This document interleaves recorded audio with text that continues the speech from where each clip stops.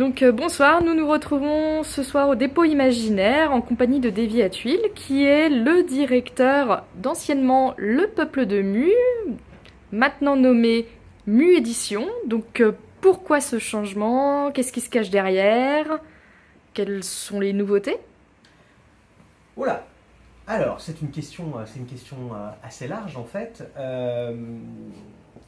Le peuple de Mu, depuis 4 ans, en fait, travaille sur un certain nombre de textes qui sont des textes de science-fiction, fantastique, anticipation, uchronie, et des textes qui sont à la fois des textes qu'on pourrait appeler pépinières d'auteurs ou populaires, mais également des textes ayant une certaine recherche également littéraire ou sur des problématiques sociales et sociétales. Euh, Depuis maintenant un peu plus d'un an, la maison d'édition a pris un peu son envol, et en particulier effectivement avec des sorties comme Où s'imposent les silences d'Emmanuel Quentin, la trilogie de Pierre Léoté, Les Temps Assassins, et en début d'année 2017, Le Mois Peter Pan de Michael Rock. Tout ça nous a amené à réfléchir en fait à notre ligne éditoriale, et en particulier à l'idée même de collection.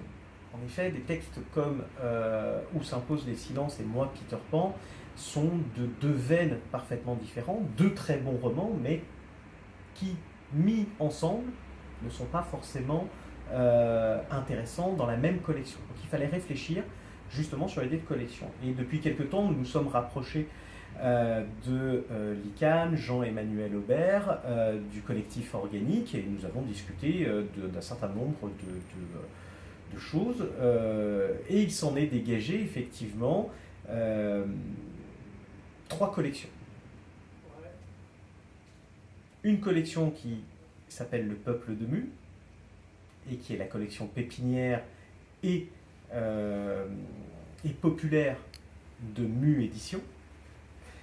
Une collection Labo de Mu, où là on retrouve effectivement nos textes peut-être plus littéraires, plus de recherche à la fois scientifique, mais également de réflexion sur notre monde, des livres univers, pourrait-on dire.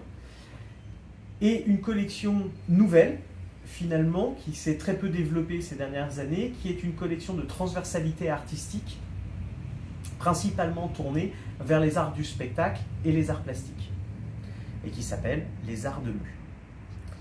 Ces trois collections s'insèrent désormais dans une maison d'édition nouvelle qui s'appelle Mu Édition, et qui reprend une bonne partie effectivement du catalogue déjà existant du Peuple de Mu, mais qui l'emmène vers de nouveaux horizons, puisque nous avons décidé également de réduire notre nombre de titres, de travailler plus avant un certain nombre de codes graphiques de nos collections, puisque désormais le Peuple de Mu travaillera plutôt sur des couvertures établies avec des graphistes, et en particulier sur les typos. La collection Les Arts de Mu travaillera avec des plasticiens pour les collections, pour les couvertures, pardon.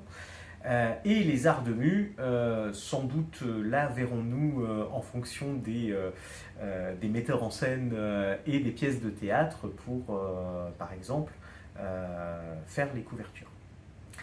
Voilà grosso modo comment se présente le nouveau Mu, le Mu 3.0, celui qu'aujourd'hui on va retrouver avec, comme par exemple notre dernière sortie, hop, c'est magnifique, notre dernière sortie de l'ICAM, Cyberland, dans lequel vous pouvez retrouver Azulon, qui est le prix Bob Moran de l'année dernière, et qui se décompose en fait en trois parties: un roman, une novella, une nouvelle, éducation, politique, sexualité, autour de l'intelligence artificielle, autour du libre arbitre.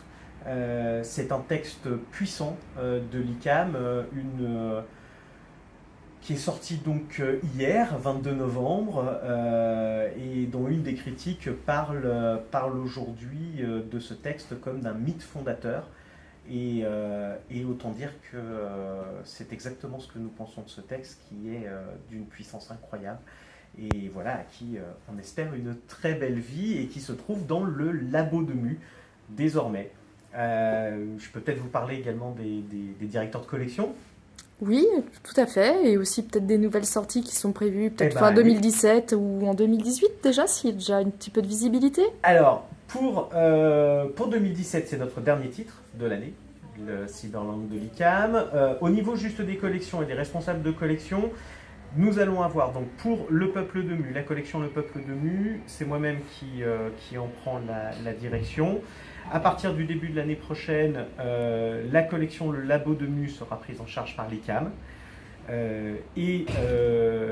Pour la collection Les Arts de Mu, Driss Ambarek pour les arts du spectacle, les spectacles vivants, et Jean-Emmanuel Aubert pour les arts plastiques et les autres formes d'art, musique, etc.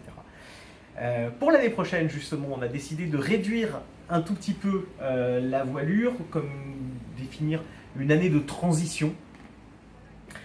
Nous sommes en train de travailler sur le nouveau texte de Claire Billot, par exemple, L'étrange affaire Nottinger, qui paraîtra au Peuple.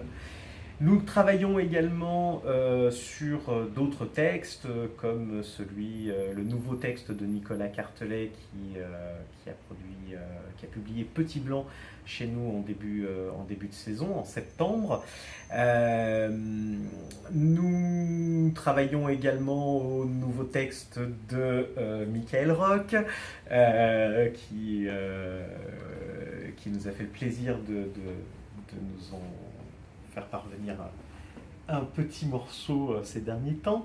Et nous travaillons évidemment avec d'autres autrices et auteurs dont nous vous parlerons un tout petit peu plus tard, puisque celles-ci, ce seront leurs premiers textes dans la maison d'édition.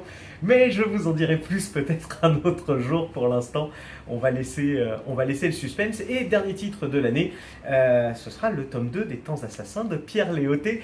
Je sais que beaucoup de monde l'attend. Avec toute la restructuration, on a préféré effectivement prendre une année complémentaire pour pouvoir offrir en fait plus rapidement les tomes 2 et les tomes 3, et le tome 2 et le tome 3 des Temps Assassins sur un temps beaucoup plus réduit, ce qui vous permettra d'avoir la trilogie beaucoup plus rapidement que prévu. Très bien, bah écoutez, beaucoup de beaux projets à venir et en cours. Merci beaucoup pour cette présentation. Merci beaucoup. Et à bientôt donc pour de nouvelles actualités. À très bientôt.